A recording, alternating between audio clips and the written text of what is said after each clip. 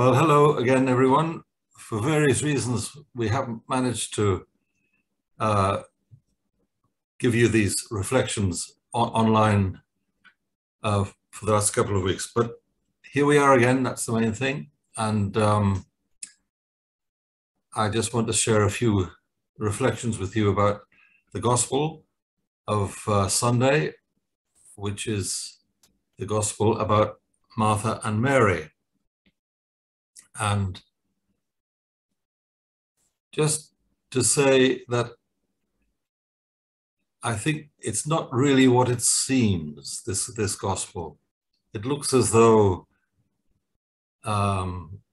Martha is being put down and being unfavorably compared with Mary.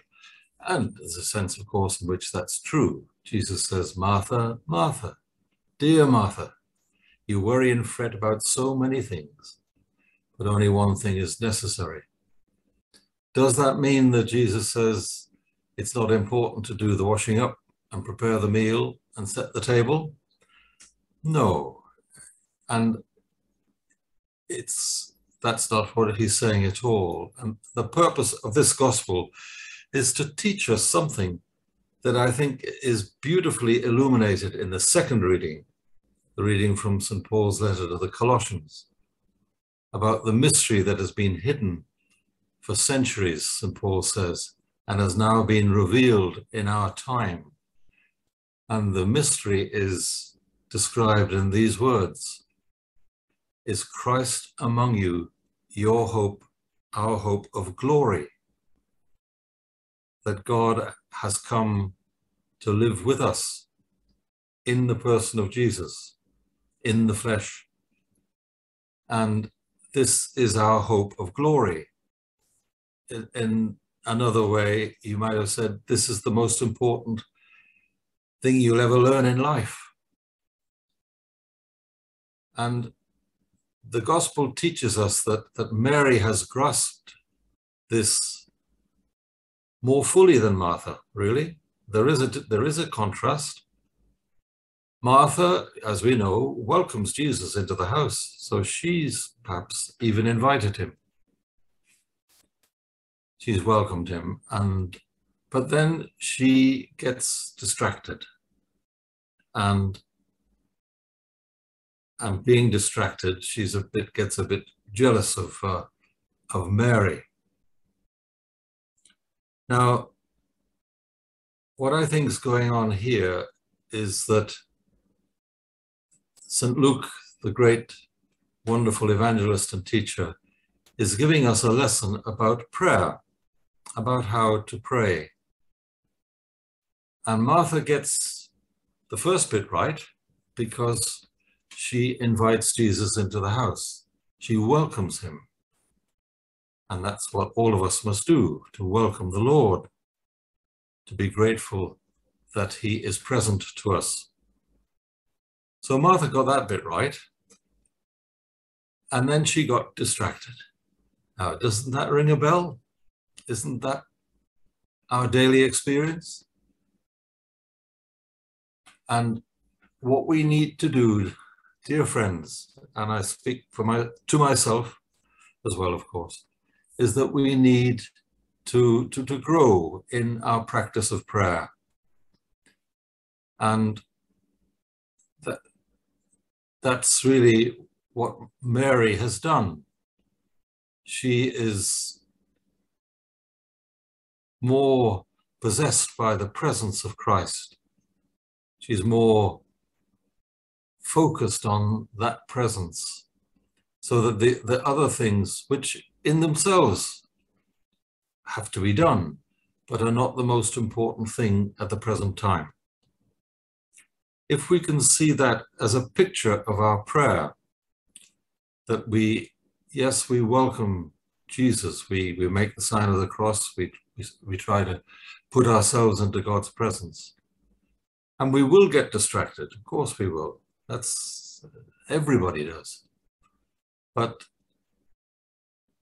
that we persevere and practice that presence of God and come to realize more and more this mystery that Paul outlines for us in the letter to the Colossians.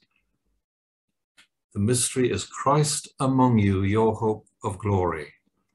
And if we can let the truth of those words sink more deeply into our, well, I would say eventually into our DNA, then we will find that we have discovered the one thing necessary. We'll get on with our daily tasks. No problem. We'll get on with them. It's not as though we have to all disappear into a monastery and meditate. That's not about that at all. It's about getting the focus right, dwelling on that mystery of Christ among us.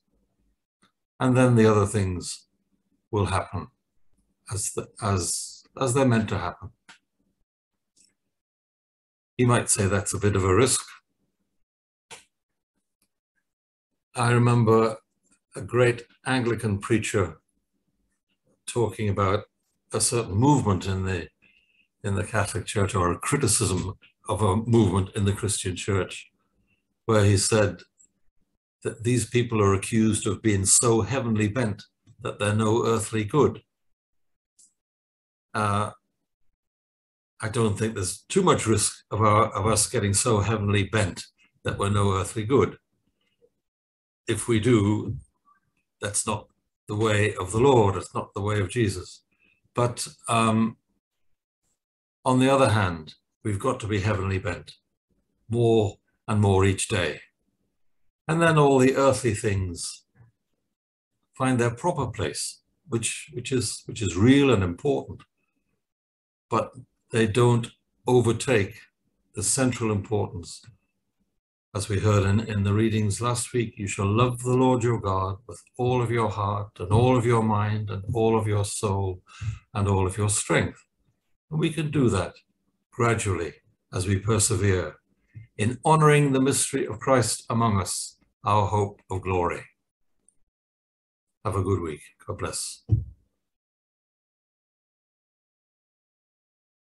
Notices, dear friends, we are continuing our synod process this week, but it's a slightly different meeting in that we really want to get together to try and work a way forward with the idea of setting up a parish garden.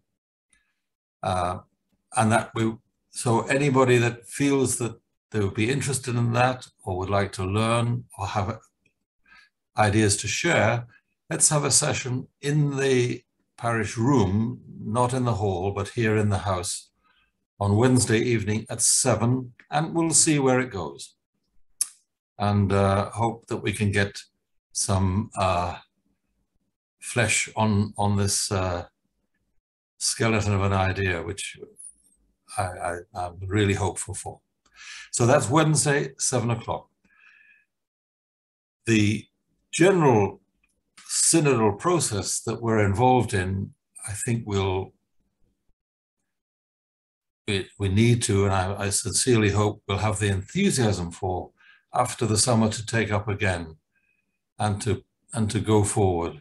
It's already producing fruit, and I think it will do more so in the once we get this great heat wave over and the summer holiday.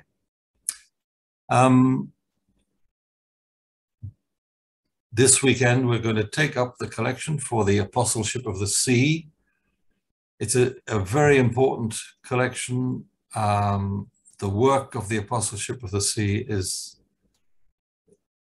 really tremendous. And so many of the sailors, merchant seamen, who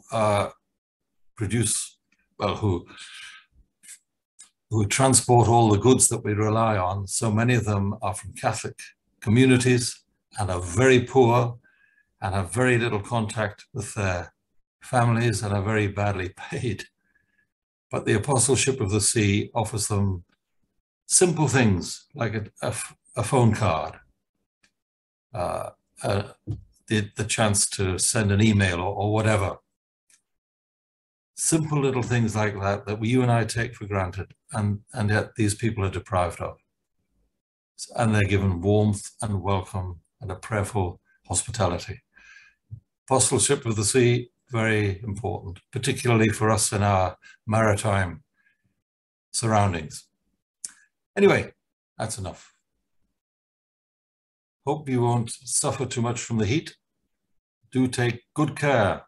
Drink plenty of water. Keep out of the sun. Okay. And thanks for all the tremendous generosity and all the good work for the party that we had for my Ruby Jubilee last Sunday. Yeah, it was great and involved so many people, and I'm so deeply grateful. So thank you. It's given me a good lift off into my 41st year. Bye-bye, God bless.